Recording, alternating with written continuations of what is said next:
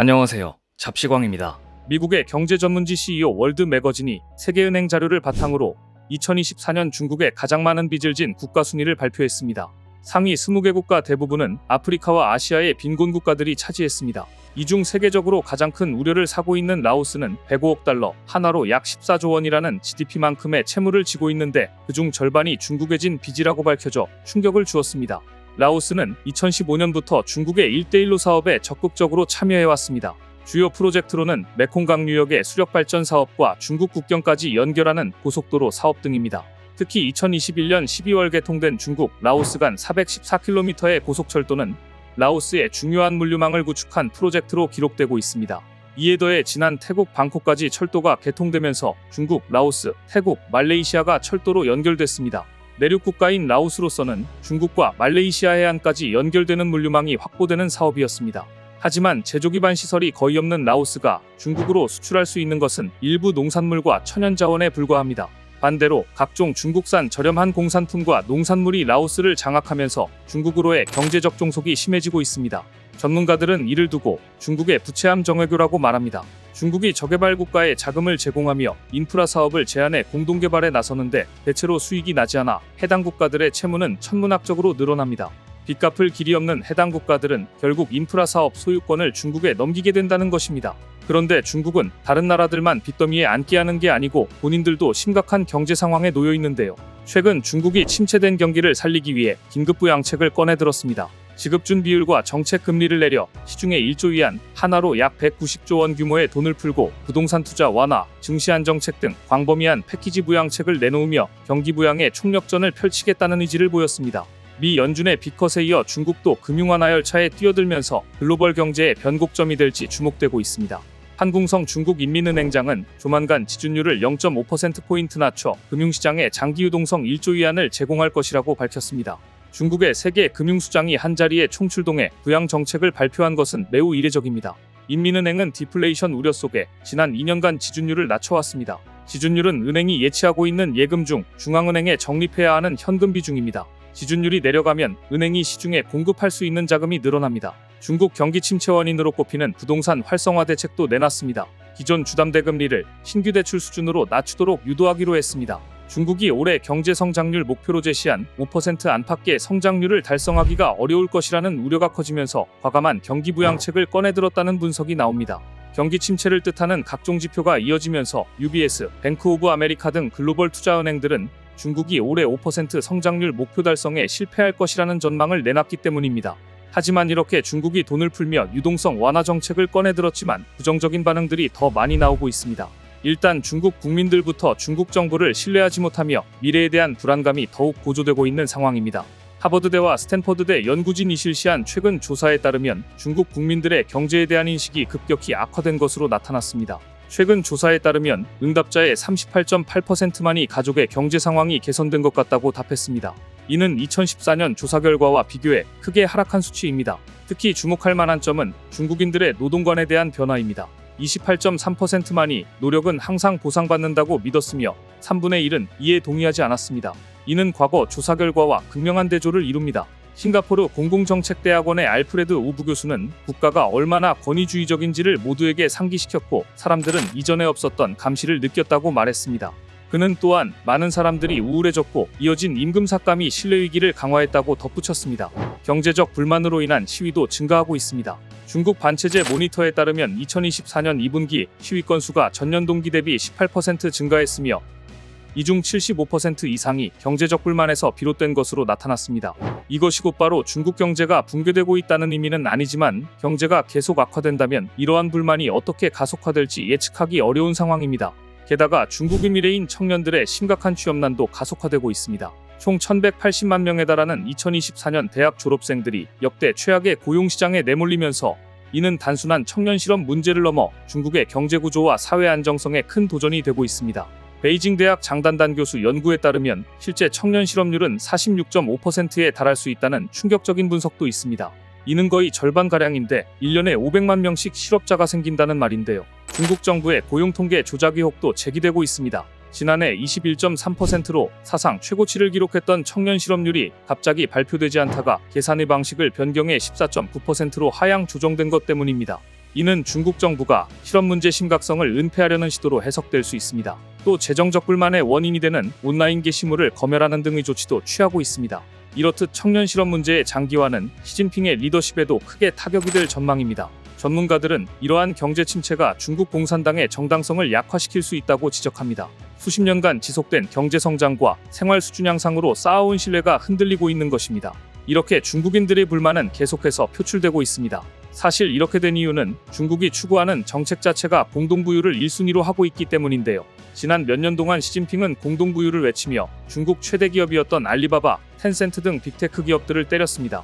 자본의 무분별한 확장이라며 압박했습니다. 이렇게 되면서 자연스럽게 빅테크 산업이 둔화하게 되고 고용시장도 문제가 생긴 것인데요. 전 세계 경제를 끌고 가는 산업이 빅테크인데 이것을 제재하면서 공동부유를 외쳐대고 있으니 이는 굉장히 모순적으로 경제가 회복될래야 될 수가 없습니다. 헤지펀드의 대부로 통하는 레이 달리오는 최근 중국이 일본에 잃어버린 30년보다 더 어려운 상황에 직면할 수도 있다고 발언했습니다.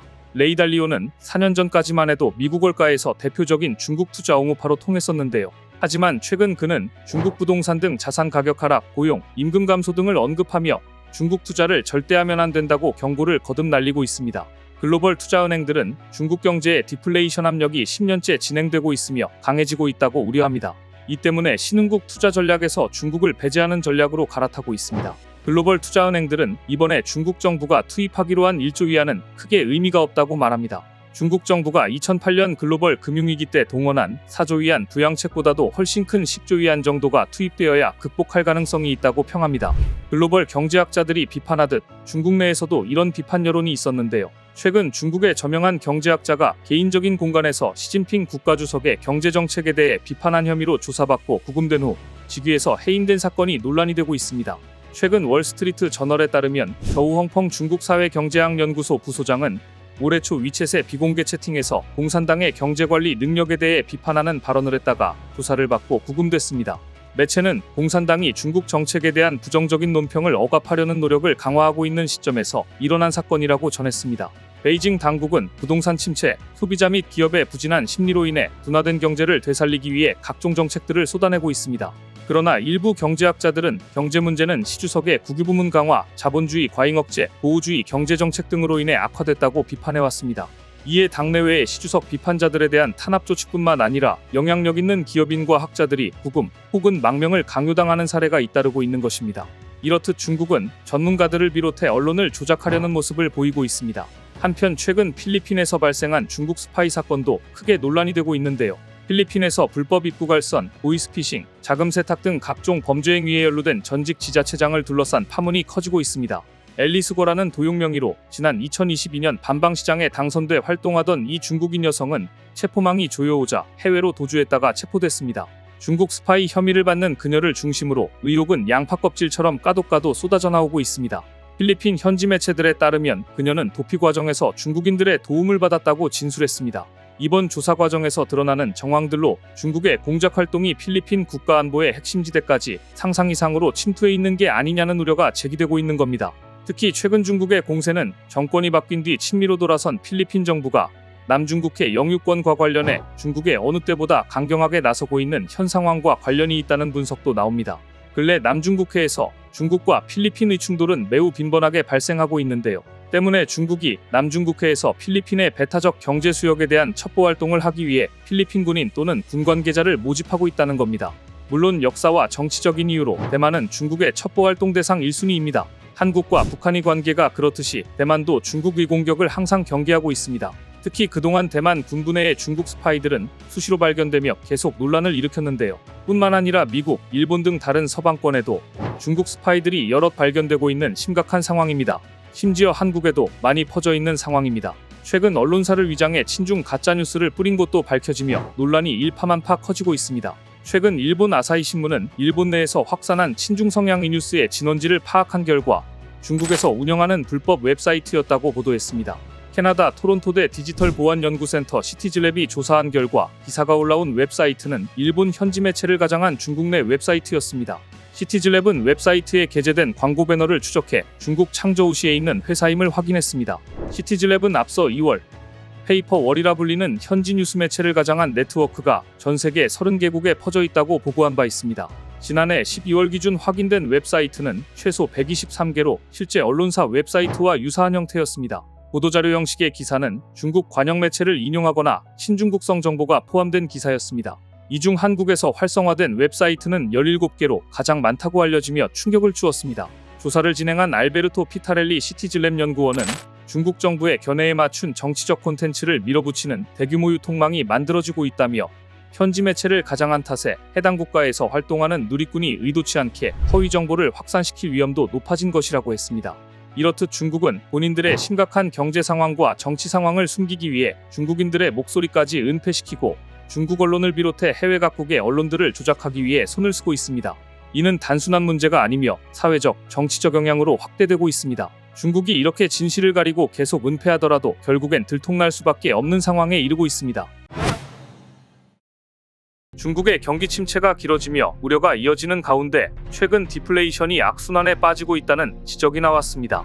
블룸버그 통신은 중국 경제 전반의 물가를 측정하는 지표 중 하나인 GDP 디플레이터가 지난 2분기까지 5개 분기 연속 마이너스를 기록했으며 이는 1999년 이후 최장이라고 보도해 중국 경기 침체가 상당히 심각해지고 있음을 시사했습니다. 그런데 문제는 내년에도 중국의 디플레이션이 이어질 것이라는 전망이 다수의 경제기관에서 연일 나오고 있다는 점입니다. 심지어 영국 일간 파이낸셜 타임스는 중국이 경기 침체 속 물가 하락이라는 난관에 맞서 침체한 경제를 회복시키기 위해서는 1,900조 원에 달하는 대규모 경기 부양 자금 투입이 불가피하다는 중국 경제 전문가들의 조언이 나왔다고 보도해 충격을 주고 있습니다. 한 경제 전문가는 중국이 가계 소비를 코로나19 팬데믹 이전으로 되돌리기 위해서는 3조에서 8조 위안 약 560조에서 1,500조 원이 소요될 것으로 추산하기도 했습니다. 그만큼 현재 중국 경제가 직면한 상황이 글로벌 금융위기 때 못지않게 매우 심각하다는 것입니다. 그런데 더 심각한 건 중국 지방정부의 재정 상태입니다. 심지어 냄비까지 팔아서 부채 갚아야 하는 상황이라고 하는데요. 최근 중국에서 유행하는 말이 하나 있습니다. 솥을 부숴서 쇠를 판다. 사실 이 말은 1950년대 말 마오쩌둥 주도하에 일어난 대약진 운동 때 나온 말입니다. 당시 중국은 노동력 집중화 산업의 추진을 통한 경제성장 운동을 벌이면서 특히 철강 생산을 독려했습니다. 한 해에 무려 1,070톤의 철을 생산하자며 인민들을 독려했던 것입니다. 당시 중국인들은 이 할당량을 맞추기 위해 많은 가정에서 밥을 해먹는 냄비까지 갖고 나와 녹여서 쇠를 만든 경험이 있습니다. 그런데 그 결과는 어땠을까요? 인력, 물력, 재력만 낭비했습니다. 게다가 1959년부터는 수해, 가뭄 등 자연재해가 끊이지 않아서 대기근을 촉발시켰습니다. 그 결과 2,500만 명의 아사자가 발생했던 것입니다. 중국 역사에서 정말 참담했던 시기이자 슬픈 시기라고 할 수 있는데 그런데 그런 시기를 연상시키는 말인 솥을 부숴서 쇠를 판다가 다시 유행하고 있다니 중국에서 대체 무슨 일이 벌어지고 있는 것일까요? 사건의 전말을 살펴보면 일단 발단은 지난 8월 28일 중국 SNS에 중국 정부의 문건이 하나 올라오면서부터 시작됐습니다. 정부 문건의 내용은 충칭시 비산구 정부가 솥을 부숴서 쇠를 판다는 팀을 구성하라는 지시를 내렸다는 내용이었습니다. 사실 이 말은 속어로 쓰이는 말인데 이게 떡하니 지방정부의 공식 문건에 나오다니 이런 일은 중국에서도 전례가 없는 일이었고 이 문건은 곧 모두의 이목을 집중시켰습니다.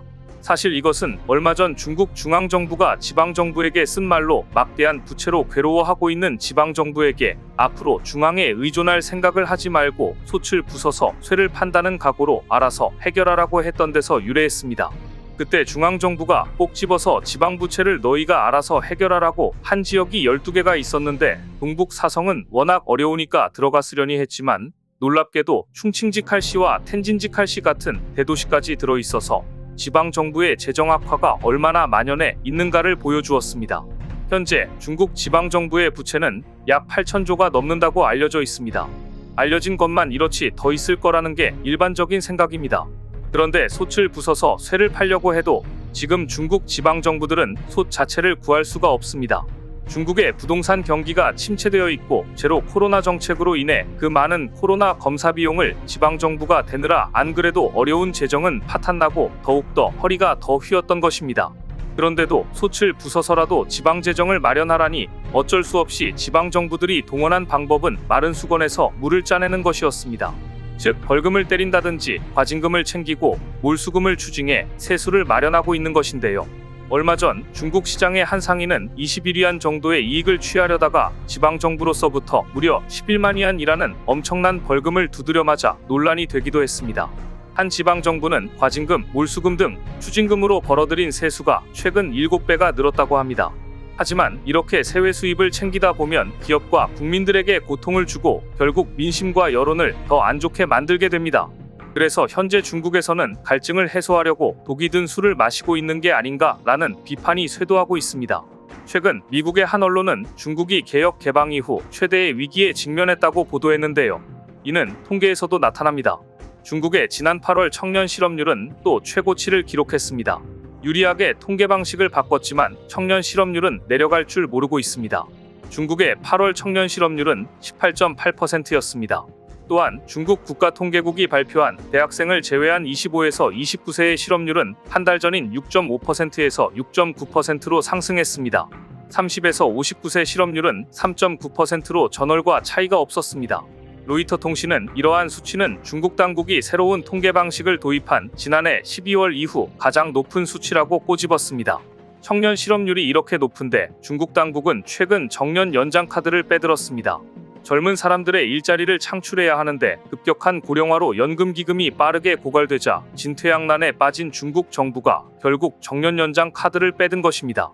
청년 실업 노인 빈곤 기금 고갈이 얽힌 복잡한 삼각함수 시험지를 받아들고 중국 정부의 고심이 깊어지는 분위기인데요. 최근 중국 언론들의 보도에 의하면 야오닝성, 지린성, 헤이룽장성 등 이른바 동북 3성이 지난해 연금기금 부족으로 중앙정부로부터 약 34조 원의 이전 지급금을 받았다고 합니다. 그럼 동북 3성 연금은 왜 펑크가 난 것일까요? 동북 3성은 러시아와 북한, 몽골과 국경을 접한 대표적 인구 밀집 지역이었습니다. 그래서 노동력이 필수인 경중공업이 발달했는데요. 그런데 첨단 산업 비중이 높아지며 동부연안과 남부 지역으로 산업 주축이 옮겨갔고 청년층은 일자리를 찾아 썰물처럼 빠져나갔습니다. 그래서 지금 이 지역은 노인들만 남았고 인프라 투자가 느려지고 인프라가 나빠지니 다시 청년 인력이 빠져나가는 악순환이 반복되고 있는 중입니다. 이처럼 청년들이 삶이 팍팍해지는데도 당장 중국 경제가 달라질 기미가 보이지 않자 급기야 대만으로 탈출하는 사람들까지 나왔습니다. 최근 대만으로 망명을 시도하는 중국인들이 어찌나 많은지 대만은 해안경비청에 6천여 명의 자원봉사자를 모집해 해안 경비 강화에 나서기로 했다는 소식입니다. 지난 6월부터 3개월 사이에 중국인이 2차례나 불법으로 대만에 망명 시도를 하자 이 같은 조치가 취해진 것인데요. 지난 6월 단오절 연휴를 앞두고 중국 해군 전직대위가 대만 수도인 타이베이의 단수이강에 모터보트를 몰고 들어와 망명 의사를 밝혔습니다. 또 추석 연휴를 앞두고 또 다른 중국인이 고무보트를 타고 신베이의 허우컹 강으로 와서 역시 망명하겠다고 주장했습니다. 이런 상황인데도 중국은 본인들의 수준은 모르고 한국에 막말을 하고 있습니다. 얼마 전 중국 관영 매체는 한국 자동차 업체에게 이런 쓴소리를 했습니다. 중국 관영 환구시보는 한국 정부의 통계를 인용해 지난 1에서 7월 중국산 전기차 수입액이 12억 9천만 달러로 13.5% 늘었고 이 중 중국 전기차 수입액이 8억 4,800만 달러에 달했다고 보도하면서 중국 최대 자동차 브랜드 비아디가 올 하반기 한국 시장에 진출할 예정이라 경쟁 압력이 거세질 것으로 한국 언론들이 전망하고 있다. 이와 반대로 한국 전기차의 중국 수출은 거의 없다. 이와 관련해 중국 국제문제연구원의 인터뷰 기사를 통해 한국 전기차 기업들에 대해 이런 말을 했습니다. 한국 전기차는 미국 시장에서 인플레이션 감축법과 같은 보호주의 입법으로 보조금을 받을 수 있고 특히 중국 업체들이 미국과 유럽 일부 국가에서 보율 관세에 막혀있는 상황이라 한국 기업이 시장 점유율을 유지할 수 있을 것이다. 하지만 불공정 경쟁으로 시장 점유율을 확보하는 것은 한국 기업에 긍정적이지 않으며 근본적으로 한국은 기술 혁신과 제품 차별화를 통해 중국 자동차 업체와 경쟁해야 한다. 하지만 속내를 들여다보면 중국이 주장하는 전기차 수출 실적 세계 1위, 점유율 세계 1위는 빛 좋은 개살구, 속빈 강정입니다. 한마디로 한국 전기차에 훈수를 둘 입장이 아닙니다. 최근 중국 경제매체 차이시는 올해 1에서 2월 중국 자동차 수출량이 작년 동기 대비 22.1% 증가한 83만 천대에 달하고 자동차 수출 금액은 12.6% 늘어난 157억 5천만 달러에 달한다고 흥분했습니다. 자동차는 최근 중국 수출의 주요 포인트입니다. 중국 자동차 수출은 2021년 200만 대, 2022년 300만 대를 돌파하더니 지난해에는 491만 대를 기록하며 일본을 제치고 전 세계 1위를 차지했습니다. 하지만 지난해 중국 자동차 수출 물량 중 무려 22%는 테슬라, 현대차 등 해외 브랜드의 중국 공장에서 생산된 것이었습니다. 테슬라, 현대, GM, 폭스바겐, 기아 등 18개 브랜드의 지난해 수출 물량은 91만 대에 달했습니다. 현대 기아차도 중국 공장에서 생산한 자동차 수출 물량이 2배로 늘었으며 일본과 독일 브랜드도 마찬가지였습니다.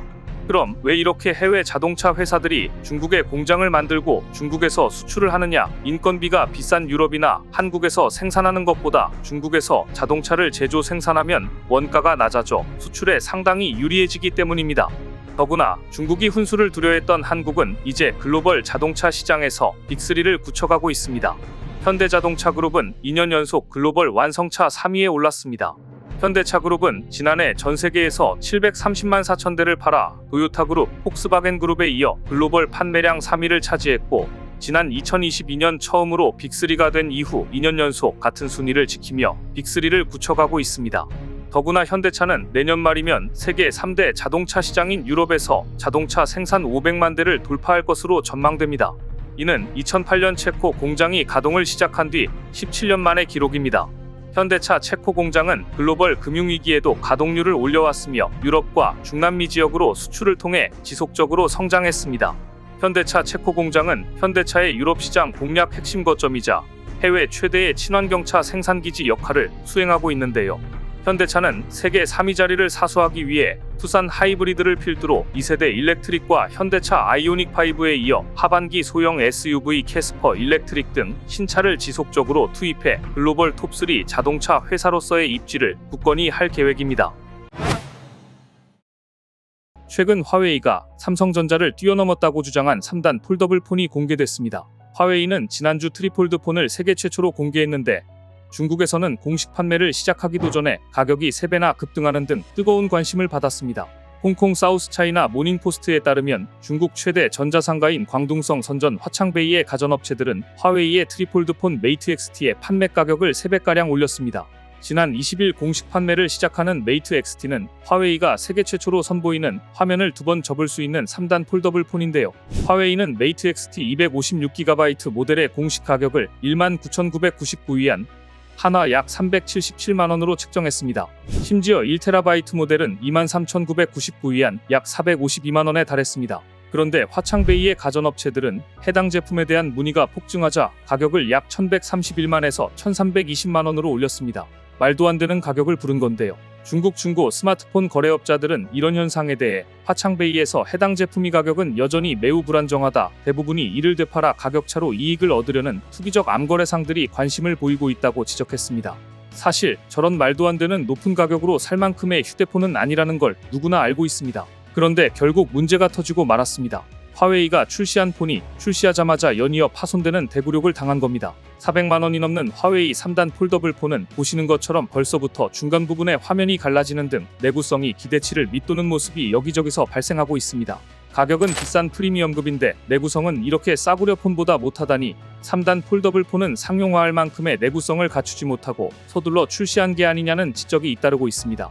이 제품은 단일 화면일 때는 12.8mm에 불과하며 3단 화면을 모두 펼치면 가장 얇은 부분의 두께가 3.6mm에 불과합니다. 갤럭시 Z 폴드 6의 두께, 즉 접었을 때 12.1mm, 펼쳤을 때 5.6mm와 비교하면 한쪽 디스플레이 두께가 훨씬 얇습니다. 화웨이는 이를 기술력이라고 자랑했지만 내구성 문제가 불거지면서 미완의 기술이었다는 사실이 들통나고 말았습니다. 메이트 XT의 특장점이 트리플 폴드지만 비싼 가격 대비 사양은 많이 아쉽다는 평입니다. 제품 성능이 퀄컴 스냅드래곤 A 플러스 1세대 정도인 것으로 알려져 있는데 가격은 400만원을 웃돌다니 말이 안 되는 것입니다. 더구나 화웨이 메이트 XT의 두뇌는 자회사가 생산한 기린 9010 프로세서입니다. 화웨이는 현재 미국의 제재를 받고 있어서 퀄컴 스냅드래곤 칩셋을 사용하지 못해 화웨이의 자회사 하이실리콘에서 생산한 칩셋을 사용했습니다. 이 칩셋은 대만의 TSMC가 아닌 중국의 파운드리 기업인 SMIC에서 제작한 것입니다. 그런데 막상 출시된 메이트 XT의 가장 큰 문제는 성능이 아니었습니다. 내구성이었습니다. 가장 기본적인 문제가 해결되지 않았다는 이야기입니다. 3단 폴딩 구조로 인한 초박형 설계 그리고 인폴딩과 아웃폴딩이 모두 사용된 만큼 갤럭시 Z 폴드 시리즈의 인폴딩 1회 구조에 비해 내구성이 취약할 수밖에 없습니다. 실제 삼성전자도 폴더블 폰 초기 내구성 문제를 겪었습니다. 그래서 화면 깨짐과 갈라짐에 대해 외관 손상이 없으면 무상 수리를 1회 제공하는 등 한층 강화된 AES 정책으로 버티면서 그동안 기술력을 안정화시킨 것입니다. 화웨이는 지난 7일부터 자사 공식 전자상거래 플랫폼 V몰에서 사전 예약을 시작했고 18일 오후 기준 630만 건이 넘게 주문이 이뤄진 것으로 파악됐는데요. 웃돈을 주고 팔린 이유도 인기 때문이 아니라 화웨이에서 대량 생산을 하지 못하고 있기 때문이라는 지적도 있습니다. 소량 생산했지만 그마저도 최악의 내구성과 완성도 때문에 나오자마자 지적을 받고 있으니 역시 세계를 선도하는 기술력은 하루아침에 만들어지는 게 아닙니다. 화웨이가 세계 최초라며 메이트 XT를 공개하자 전 세계 언론이 화웨이의 기술력을 대서특필했습니다. 국내 언론에서도 폴더블 폰의 리딩 기업 삼성전자를 제치고 화웨이가 3단 폴더블 폰을 양산하자 놀라움을 금치 못했습니다. 일부 언론에서는 5년 만에 삼성전자를 추월했다고 전하기도 했습니다. 하지만 지금 화웨이 메이트 XT는 내구성이 개선되지 않는다면 소비자들로부터 외면받을 것이라는 지적을 받고 있습니다. 중요한 것은 속도가 아니라 품질이다. 세계 최초가 곧 세계 최고는 아니라는 점을 확인시켜주고 있습니다. 그런데 사실 중국인들은 지금 400만 원이 넘는 초고가 폰을 구매할 여력도 없습니다. 경제가 최악의 상황에 직면했기 때문입니다. 최근 중국 대형 상업은행인 민생은행이 베이징지사 임직원 임금을 최대 50%이나 삭감해 파문이 일었습니다. 1996년 설립된 민생은행은 중국에서 처음 민간 자본으로 세워진 상업은행으로 작년 말 총자산 기준 은행권 순위 11위에 올랐고 임직원 규모가 4,000명이 넘는 베이징 지점은 민생은행의 최대 규모 지점인데요. 임직원 임금 최대 50% 삭감이라는 것은 최근 몇 년간 중국 주요 상업은행 가운데 최대 규모였습니다. 민생은행 다른 지점 임직원들의 급여도 깎을 것인지는 알려지지 않았지만 이번 임금 삭감은 중국이 경제 둔화 속에 사회적, 경제적 불평등을 해소하기 위해 2021년부터 추진한 시진핑 주석의 공동부유 정책과 맞물려 있기 때문에 심상치 않은 조짐으로 여겨지고 있습니다. 중국 공산당의 공동부유 정책에 따르기 해 중국 은행들은 잇따라 급여 및 보너스를 축소했고 심지어 임직원들에게 직장 내에서 값비싼 옷과 시계를 착용하지 말 것을 요구하는 은행들도 있었는데요. 앞서 중국 내 세 번째 상업은행 건설은행도 본사 임직원 봉급을 최소 10% 줄였고 중국 10대 자산운용사 중국초상기금은 고위 임원들에게 과거 5년간 받은 급여 일부를 반환하라고 요구하기도 했습니다. 물론 급여 감축은 중국 은행들의 수익성 저하와도 관련돼 있습니다. 중국 대출기관들은 부동산 위기에 직면해 있는 상황에서 경제를 살리기 위해 대출 비용을 낮추라는 압력을 받고 있는데요. 민생은행 역시 중국 부동산 위기 진앙으로 지목된 헝다의 주요 채권자이기도 합니다. 이래저래 수익성이 떨어진 민생은행의 지난 6월 말 순이자 마진은 역대 최저치인 1.54%를 기록했습니다. 중국 국가통계국에 따르면 8월 초 학생을 제외한 도시지역 16세에서 24세 실업률은 18.8%로 전월 대비 1.7%포인트 상승하며 올해 최고치 경신을 이어갔습니다. 중국 정부는 지난해 6월 청년 실업률이 21.3%까지 치솟자 발표를 일시 중단하고 슬그머니 학생을 조사 대상에서 제외했습니다. 통계 조작을 시도한 겁니다. 그런데 이제 학생을 제외한 실업률이 제외 전 지표의 턱 밑까지 다다랐습니다. 날이 갈수록 실업률이 더 높아지고 있다는 의미입니다. 졸업생은 많고 기업은 뽑지 않으니 어쩌면 당연한 수순입니다. 심지어 입사와 동시에 퇴사자가 되는 웃지 못할 경우도 허다합니다. 지난해 말 유명 전기차 회사의 재무회계 직종에 합격했던 직원이 올 5월 회사가 대졸 신입을 모두 해고할 거라는 흉흉한 소문을 들었고 결국 재앙은 현실이 되었습니다. 전기차 시장이 얼어붙으면서 문 닫는 전기차 회사들이 늘었고 결국 첫 월급이 퇴직금 됐다는 중국 청년들의 하소연도 이어지고 있습니다. 취업이 안 되다 보니 최근 중국에서는 대학생보다 대학원생이 더 많다는 말이 나올 정도로 대학원 진학이 늘고 있습니다. 그러다 보니 간수성 란저우대는 올해 전체 대학원생 수가 대학생 수를 처음으로 앞서는 일까지 벌어졌습니다. 저장성 저장이공대도 올해 대학원 신입생이 대학 신입생보다 많았고 상하이와 베이징의 주요 대학에서도 비슷한 현상이 나타나고 있습니다. 대졸자가 즉시 실업자가 되는 현상이 이어지자 울며 겨자 먹기로 대학원에 진학을 하는 건데 하지만 석사를 따고 박사를 따도 취직이 된다는 보장은 없습니다. 중국 채용시장 한파는 광범위하게 불어닥치는 분위기입니다. 2024 대학생 취업 가능성 조사 보고서에 따르면 올 4월 기준 석박사학위 취득 졸업자의 취업 성공률은 44.4%로 전년 대비 12%포인트나 감소했습니다. 중국의 박사학위 취득은 하늘의 별 따기처럼 어렵다는 말이 있을 정도입니다. 그래서 박사학위 취득은 취업의 보증수표처럼 여겨졌습니다. 하지만 이제는 박사를 따도 취업에 실패하고 있다는 건데요. 중국에선 채용시장의 구조적 변화가 중국의 전통적인 이공계 우대 분위기에도 찬물을 끼얹을 수 있다는 우려가 확산하고 있습니다.